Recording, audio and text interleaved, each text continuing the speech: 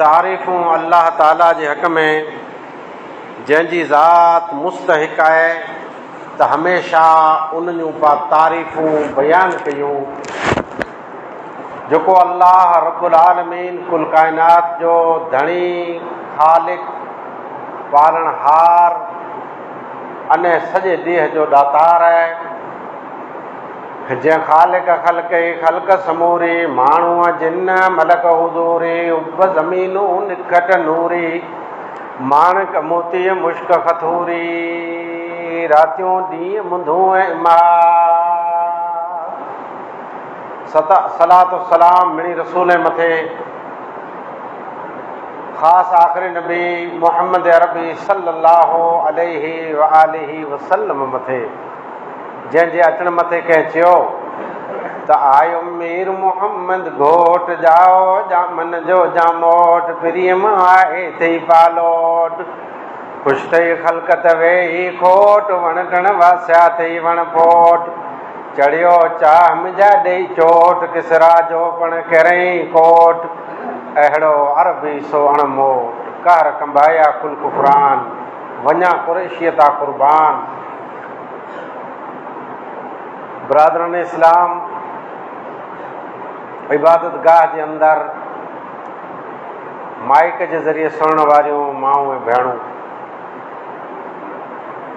ईमान जे मुतालिक़ थोड़ी खन ॻाल्हि ॿोल करणी आहे। सहाबी रसूल अची करे पुछनि था, ऐं नबी सल्लल्लाहु अलैहि वसल्लम कुल्ली फिल इस्लाम कौलन ला असअलो बअदक, ॿी रिवायत में है ला असअलो गैरक। ऐं मोहम्मद अरबी सल्लल्लाहु अलैहि वसल्लम इस्लाम जे अंदर मूंखे जामे अने माने ज़बरदस्त हिकिड़ो उ फरमान ॾसियो, सवा पुठियां कंहिंखे पुछण जी ज़रूरत न रहे। मुंदो ई हो त अहिड़ो मूंखे नुस्ख़ो ॾसियो जंहिंजे ज़रिए दुनिया ऐं आख़िरत ॿिन्ही में आऊं कामयाब थियां। हर जगह ते जीत जीत मुंहिंजे कदमे में। आप सल्लल्लाहु अलैहि वसल्लम फरमायो, कुल आमनतु बिल्लाह सुम्मा मस्तकिम, आमनतु बिल्लाह चई करे उन मथे इस्तिकामत इख्तियार कर। मूं अल्लाह ताला ते ईमान आंदो ने पोइ हटज न। कोई तूफान अचे पीछे हट न करज, आंधी अचे कदम तो जा डगमगाया न खपे, कोई लालच अचे पिण न छॾज, कोई खौफ अचे पीठ न ॾेखारज। सुम मस्तकिम, इन मथे साबित कदम रहिजो, कुरे ते ईमान ते। हदीस जिब्रील मशहूर हदीस है। हदीस जिब्रील एतिरे लाचे में अचे थो त सय्यदना जिब्रील अलैहिस्सलाम दाहिया कल्बी रज़ी अल्लाह ताला अन्हु जी शक्ल में मजलिस में आया हुआ।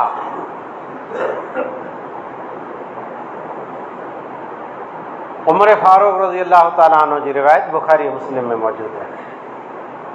नहनु जुलूसन इंद नबी सल्लल्लाहु अलैहि वसल्लम इज़्तला अलैना रजुलन शदीदुल बियाज़ु सियाब शदीदुल सवादु शारि ला युरा अलैहि असरु सफर वला यारिफुहु मिन्ना अहदुन।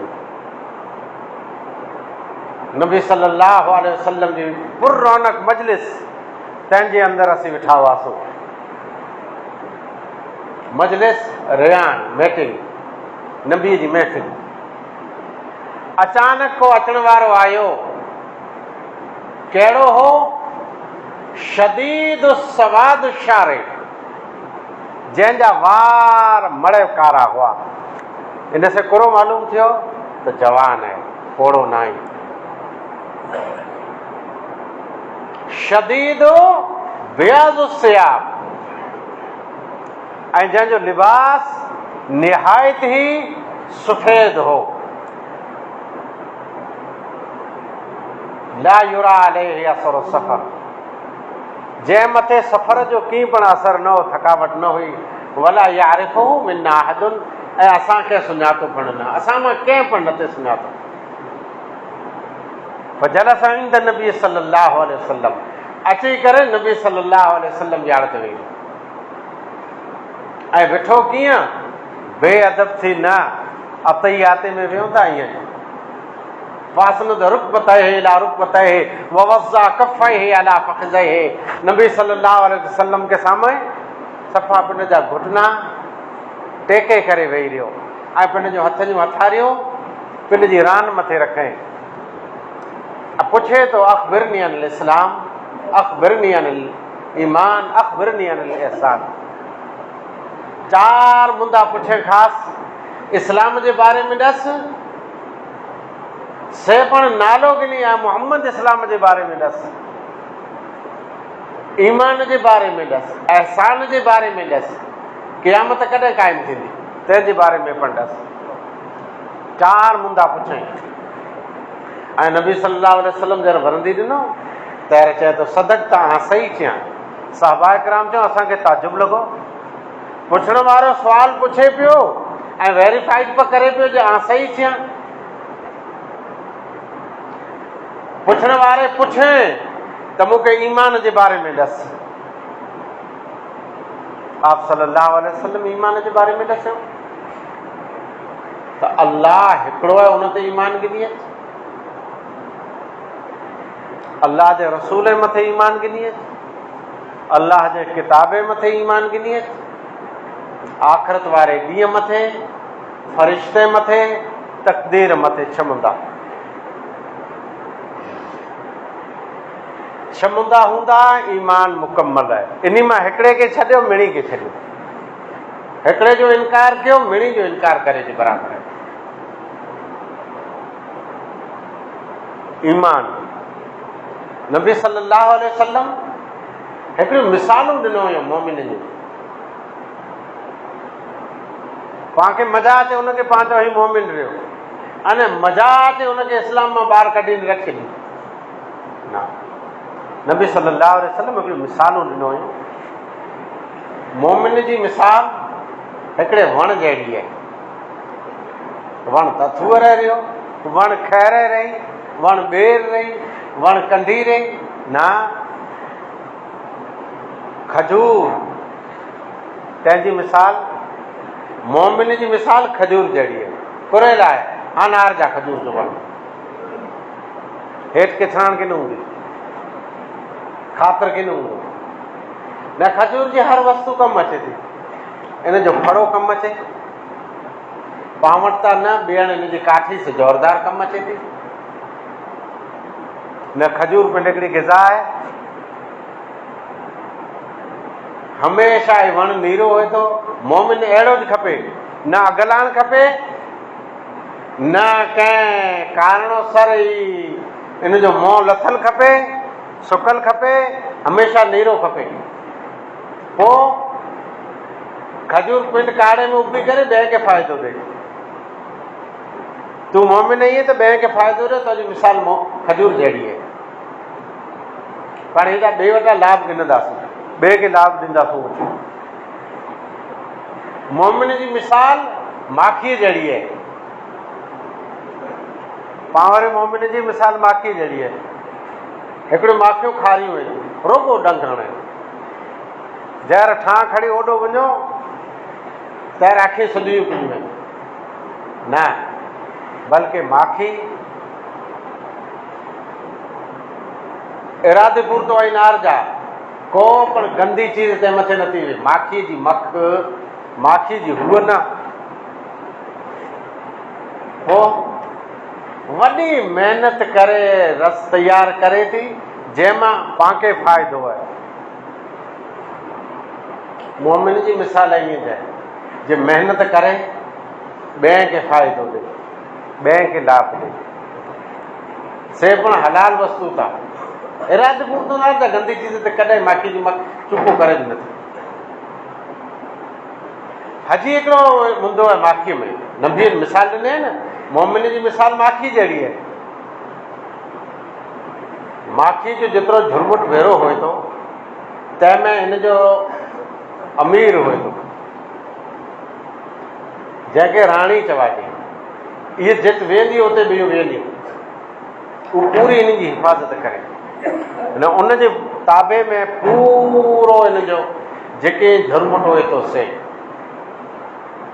त मोमिन तंहिंजी मिसाल जे माखी जहिड़ी आहे त मोमिन कंहिंजे ताबे में पंहिंजी मर्ज़ी न हुए, इतिहाद वारी ज़िंदगी, हिकिड़ी माखी जी मख खपे एतिरी महिनत करे इन वटां फुड़ो ऐं तयारु कीअं थींदो, वीचार मड़े मखी भेरियूं थी वञे थियूं, शहद मध तंहिंजूं मखी, त केतिरी शहद तयारु थिए थी। मोमिन मुतहिद थिए त मड़े कमु करे सघनि था, मोमिन यकजा थी वञे, मोमिन इकट्ठा थी वञे, मोमिन में इख़्तिलाफ़ न खपे, जे इख़्तिलाफ़ थिया अने टोलियूं टोलियूं थी विया त किथे कामयाबु थी न थींदा। नबी मोमिन खे मिसाल ॾिने माखी जी। ई जेकॾहिं मोमिन क़ुर पढ़े थो त अञा मिसाल वधी वई। हिकिड़े अहिड़े संतरे जहिड़ी मिसाल आहे, ॿारहं आहे रंग भलो, ख़ुशबू भली, न खाधे में लज़त। ईद मोमिन जी मिसाल आहे। मोमिन जी मिसाल खेती, तंहिंजे अंदरि उहो कमज़ोर झाड़ वाह अचे, हिनखे लफ़ाए लफ़ाए किराए, लिखार वारा किरे पियो, लिखार वारा सऊं पियो थिए, ईअं पंहिंजी ज़िंदगी गुज़ारे। त दुनिया मोमिन लाइ क़ैद खानो आहे। हिते हिनखे आज़ादी आई आहे न, इन लाइ ऐश इशरत पोइ आहे, हिनखे काड़े में उबिणो, ॾुख सहणो, इनखे हवाउनि जा थपेड़ा खणणा, इनखे तूफ़ान तंहिंखे साम्हूं मुक़ाबिलो करणो, इहा मोमिन जी मिसाल आहे। मोमिन लाइ करे आइडियल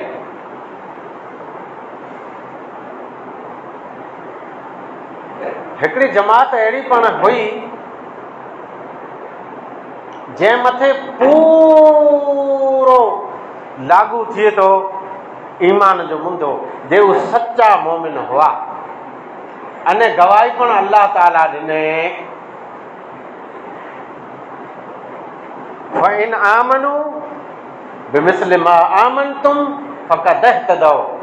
हाणे जेको पुतला पां रहियासीं, आउं सिर्फ़ु हिन ॻोठ जी ॻाल्हि नथो कयां, पूरे वर्ल्ड लेवल ते क़यामत सूदीअ जेतिरा अहले ईमान अचींदा रहंदा, उन मिणी जी हिदायत सिर्फ़ु हिकिड़े मुंदे में आहे, मोमिन जी हिदायत। पोइ आई उबत सुबत न सुणाइजा। तकरीर हिकिड़ी थी, वीचारे तकरीर करण वारे सॼो किसो सुणाए, अंसारी अंसारी अंसारी, त यार हू वरी ॿिए हंधि ॻाल्हि कयां त अॼु त मौलाना चए थी, चए हिकिड़ो वणसारी आयो मिसिद नबी, जेको मुंदो वेही सुणजा न कंहिंखे ॿिए हंधि ॻाल्हि करे जो हक़ न आहे। मोमिन तंहिं लाइ हिदायत, फ़इन आमनू बिमिस्लि मा आमनतुम, सूर बकर जी आयत है। अगरि क़यामत सूदी अचण वारा सहाबाए किराम जे ईमान जहिड़ो ईमान गिनी थींदा त उहे हिदायत मथे हूंदा। इन आयत मथे कॾहिं गौर कया आहियां, सोचिया आहियां, जे क़ुर पूरो थिए थो तंहिंमें आं वटि मोबाइल क़ीमती आई, बैलेंस आंजो आहे, टाइम ढिग पियो आहे, ऐं ॿियूं चीज़ूं ढिग नारियो पिया, ज़रा हिन आयत खे पण नारिया।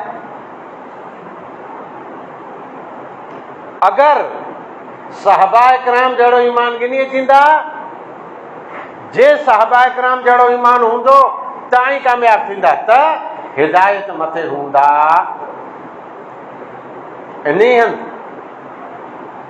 इन आयत में ई पण टकोरो मिले थो जे साहबा इकराम जहिड़ो ईमान न हूंदो त हिदायत खां ई मारूं हूंदा। हर कोई ईमान जो दावो करे थो, ईमान ईमान ईमान। कालत अल आराबु आमन्ना कुल लम तुमिनू वलाकिन क़ूलू असलमना। देहाती आया नबीअ वटि ऐं उन चयो त आमन असीं ईमान गिनी आयासीं। कालत अल आराबु आमन्ना, असीं मोमिन आहियूं, ईमान गिनी आयासीं। अलाह नबी चए सब्र कयो, ऐं अञा मोमिन न आहियो, पहिरीं मुस्लमान थियो पोइ मोमिन थी जा। त हुन हदीस जिब्रील जे अंदरि पहिरीं इस्लाम पुछी में आयो, पोइ ईमान पुछी में आयो आहे। इस्लाम जा मड़ रुकन भेरा थी वेंदा तंहिं पुठियां ईमान। इस्लाम प्रैक्टिकल है, अरकान इस्लाम तौहीद, नमाज, रोज़ो, ज़कात, हज प्रैक्टिकल है। ई जर पूरा थींदा तंहिं पुठियां ईमान जी सीढ़ी लगी थी। पैसो कढणु अचे न, नमाज ते सुस्ती, रोज़े में नसाए वञो ऐं हज लाइ बहानू कयूं, पोइ जेको पहले नंबर ते तौहीद रही, तौहीद कमज़ोर। मोमिन हिदायत वारो साहबा इकराम जे नक्शे कदम मथे हलंदो। साहबा इकराम हिकिड़ी उहा प्यारी जमात, मुक़द्दस गिरोह, ओ अज़ीम हस्तियूं जिन्हें इस्लाम लाइ करे बच्चो बच्चो कुर्बान करे छॾियो। जंहिं इस्लाम लाइ करे हज़ारों किलोमीटर सफ़र कया, इस्लाम जी आबियारी लाइ करे ऐं जिस्म मथे तीर तलवार सठऊं। मोहम्मद सल्लल्लाहु अलैहि वसल्लम सां उन जी मोहब्बत पंहिंजी इम्तिहान आई। साहबा इकराम जो ईमान ॿी अखर में जे, हिकिड़ो आहे कामिल, ॿियो मज़बूत। कामिल एतिरे पूरो कंप्लीट ईमान, कोई गुंजाइश न आहे जे थोरो हुए अधूरो हुए। ॿियो मज़बूत, एतिरे ठोस ईमान। ऐं जेकॾहिं साहबा इकराम जहिड़ो ईमान गिनी थींदा त ऐं हिदायत मथी हूंदा। ज़ाती ज़िंदगी, इनफरादी ज़िंदगी, घरेलू ज़िंदगी, हर मोड़ मथे साहबा इकराम जो ईमान पाण यादि रखियो खपे। मज़बूत अने कामिल ईमान, पोइ अल्लाह जे नबीअ से मोहब्बत। इन मोहब्बत जे करे हर तरह जी फर्मा बरदारी, हर तरह जी इताअत अने हर तरह जी कुर्बानी। जंहिंखे जेको वस्तु मिठी हूंदी, प्यारी हूंदी, उहो इंसान उन वस्तु लाइ करे हर तरह जी कुर्बानी ॾींदो। साहबा इकराम खे आप सल्लल्लाहु अलैहि वसल्लम थी हिन रूह ज़मीन मथे ॿियो को प्यारो कोन न। ला युमिनु अहदुकुम हत्ता अकूना अहब्बा इलैहि मिन वलदिही व वालिदिही वन्नासि अजमईन। उन्हीं जे कने जी आवाज़ हो, ला युमिनु अहदुकुम, ऐं मोमिन चाराए जे हक़दार न आहियो, ऐं उन वक़्त सूदी मोमिन नथा बनी सघो जेसि ताईं आंजी मोहब्बत आऊं मिणी खां वधारे आंजे नज़दीक महबूब बणिजी वञा। म्यूं वलदिही, आंजी औलाद थी वधारे मोहम्मद सल्लल्लाहु अलैहि वसल्लम से मोहब्बत। व वालिदिही, माइतरे खां पण वधारे मोहब्बत नबी सल्लल्लाहु अलैहि वसल्लम से। वन्नास अजमईन, ऐं दुनिया जा सारा इंसान उन मिणी जी मोहब्बत हिकिड़े तरफ़, इन्ही थी वधारे मोहब्बत मोहम्मद सल्लल्लाहु अलैहि वसल्लम से तव्हांजो ईमान मुकम्मल थींदो। हिकिड़े साहबी अल्लाह जे नबी से अर्ज़ कयो, ऐं मूंखे प्यारा आहियो, मुझे औलाद थी प्यारा आयो, मुझे माल थी पण प्यारा आयो, मुझे माइतरे थी पण प्यारा आयो, मड़ा मुंदा ॾेई ॾिनो, मुझी जान मूंखे प्यारी है। नबी सल्लल्लाहु अलैहि वसल्लम फरमाई था ना तुरत साहबी चवंदा बगैर ताखीर जे अल्लाह जा नबी मुंहिंजी जान खां पढ़ाई मूंखे मिठा ने प्यारा आयो। आप सल्लल्लाहु अलैहि वसल्लम फरमायो अल आन हाणे तो ईमान कंप्लीट थियो। रुगो ईमान जो दावो कयूं था, मयत थी वञे अल्लाह मग़फ़िर हई ना मयत ना, नालो मियां जी मुस्लमान रखी ॾिने, हजाम आयो तौर वेठासूं, राशन कार्ड में नालो इस्लामी, तैसे करो आजो ईमान कंप्लीट थींदो ना, कुर्बानी ॾियणी पवंदी। पुछा सय्यदना अबू बकर सिद्दीक़ रज़ी अल्लाह ताला अन्हु खे मोहब्बत में गारे यार के सफ़र जो साथी हिकिड़ा साहबा इकराम अंसारी जंहिं हुनजी मदद कई, कंहिंजी? मुहाजिरनि जी। ॿिया मुहाजिर हबशा जी तरफ़ हिजरत कयूं ऐं मदीने जी तरफ़ हिजरत कयूं। अञा टियों आयो इते जेकड़ो निंढलो नालो प्यारो, उहे साहब सुफ़ा जो कुर्बान, उन मड़े कुर्बान करे छॾियो आहे, उनजी ज़िंदगी मथां कुर्बान, उनजो कीअं न हो।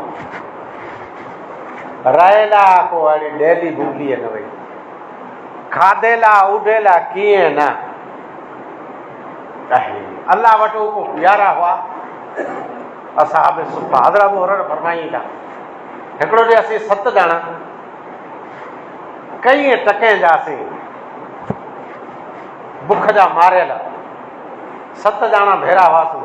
अल्लाह जे नबी 7 असांखे खजूर जूं कुछियूं ॾिने, असां हिकड़ी विरायला थी विया, हिक ॿिए मथे जान निसार तैर मड़े सतवे खीचे में विझी पर 21 जो मेह करे खाई सघियो थे ना। हत्या के जंग जे मौके ते कंहिं रिवायत में आयो 4, कंहिं में आयो 4 खां वधारे, हर कंहिं जे पे पाणी पाणी, हिकिड़े वटि पाणी खणी विया तैर हुन चई हुन मुंहिंजे भाउ खे ॾे, उन पाणी चई जे उते पाणी पुॻो चए मुंहिंजे हुन भाउ खे ॾे। छलो कई रिवायत में 7 जो ज़िक्र आहे, 7 में विया त हुन चए हुन वधारे चए त उॾा पाणी ॾियो।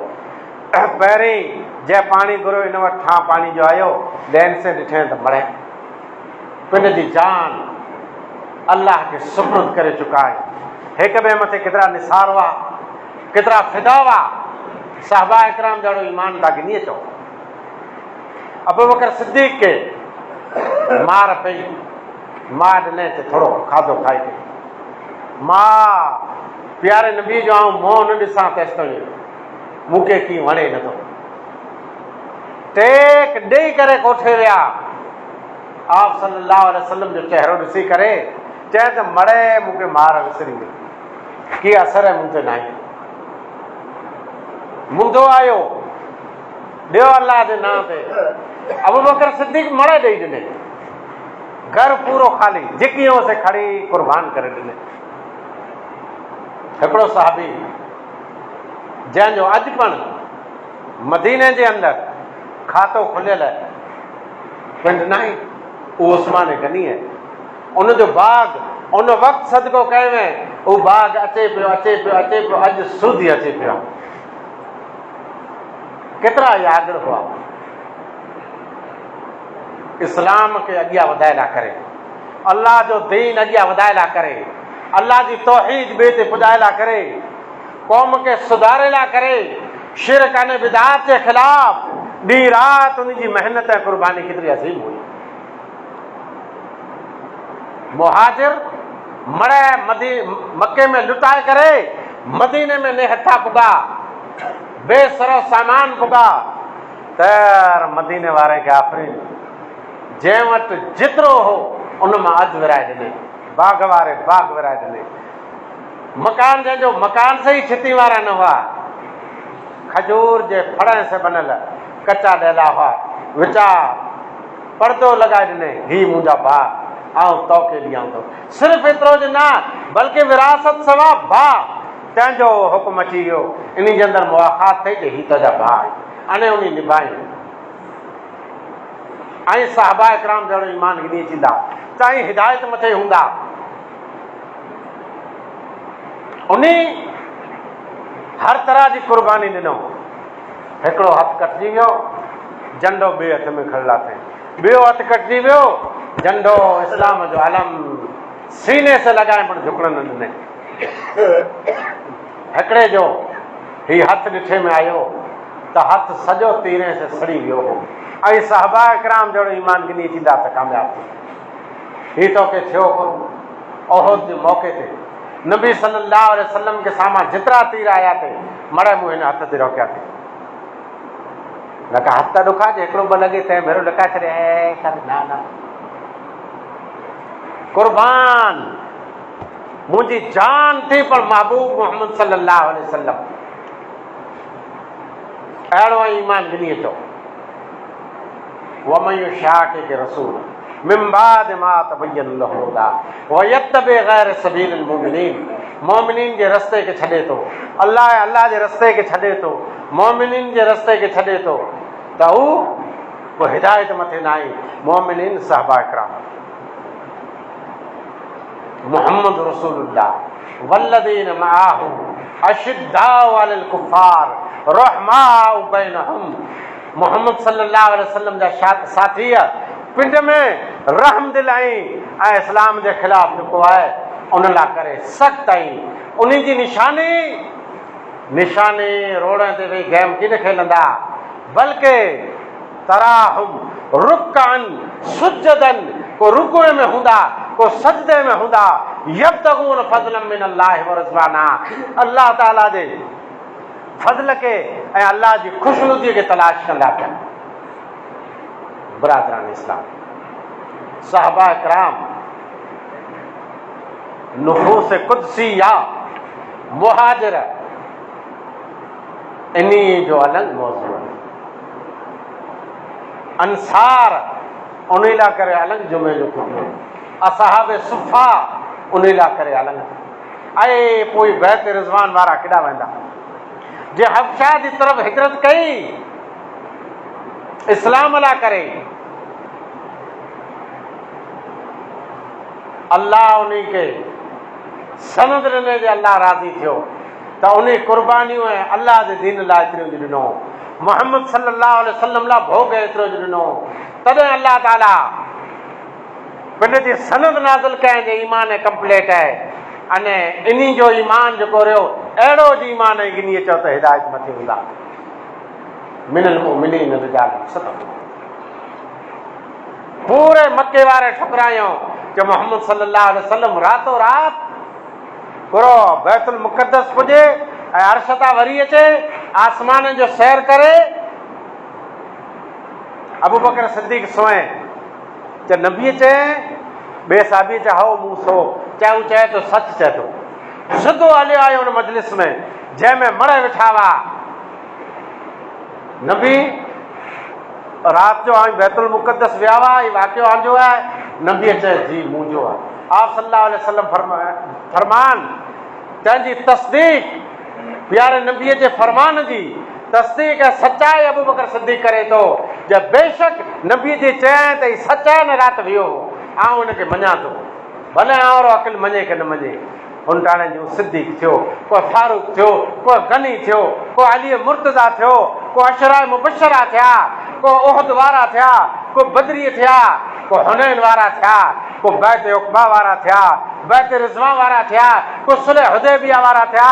उन्हीं जे ईमान जहिड़ो ऐं ईमान गिनी थींदा ताईं कामयाब थींदा, ताईं हिदायत मथे रहंदा। वाख़िर दवाना।